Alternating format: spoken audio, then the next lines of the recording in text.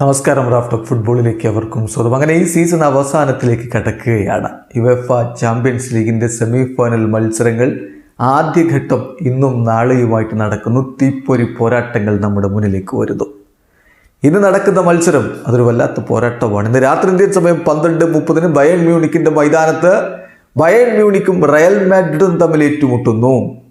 നാളെ രാത്രി 12:30, അതായത് സാങ്കേതികമായി മറ്റന്നാൾ പുലർച്ചെ 12:30 ബൊറൂസിയ ഡോട്ട്മുണ്ടിൻ്റെ മൈതാനത്ത് വെച്ച് ഡോട്ട്മുണ്ടും PSG തമ്മിൽ ഏറ്റുമുട്ടുകയാണ്. നമുക്കറിയാം, ക്വാർട്ടർ ഫൈനലിൽ കടുത്ത പോരാട്ടങ്ങളെ അതിജീവിച്ചുകൊണ്ടാണ് ഈ ടീമുകളൊക്കെ സെമി ഫൈനലിലെ യോഗ്യത നേടിയത്.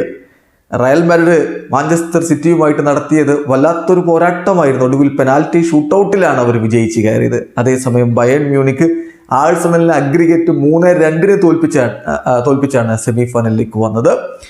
ഇനി PSG കാര്യമാണെങ്കിൽ FC ബാഴ്സലോണയ്ക്കെതിരെ ബാഴ്സലോണ നഗരത്തിൽ പോയി അവരെ പരാജയപ്പെടുത്തി അഗ്രിഗേറ്റ് 4-6 വിജയം കൊണ്ടാണ് UCL സെമിയിലേക്ക് കടന്നു പോയതെങ്കിൽ ബൊറൂസിയ ഡോട്ട്മുണ്ട് അത്ലറ്റിക്കോ മാഡ്രിഡിനെ അഗ്രിഗേറ്റ് 5-4 തോൽപ്പിച്ചത്. ചുരുക്കത്തിൽ എല്ലാം കടുത്ത പോരാട്ടങ്ങളായിരുന്നു. അതൊക്കെ അതിജീവിച്ചിട്ടാണ് സെമി ഫൈനലിലേക്ക് ഇവർ കടന്നു വരുന്നത്.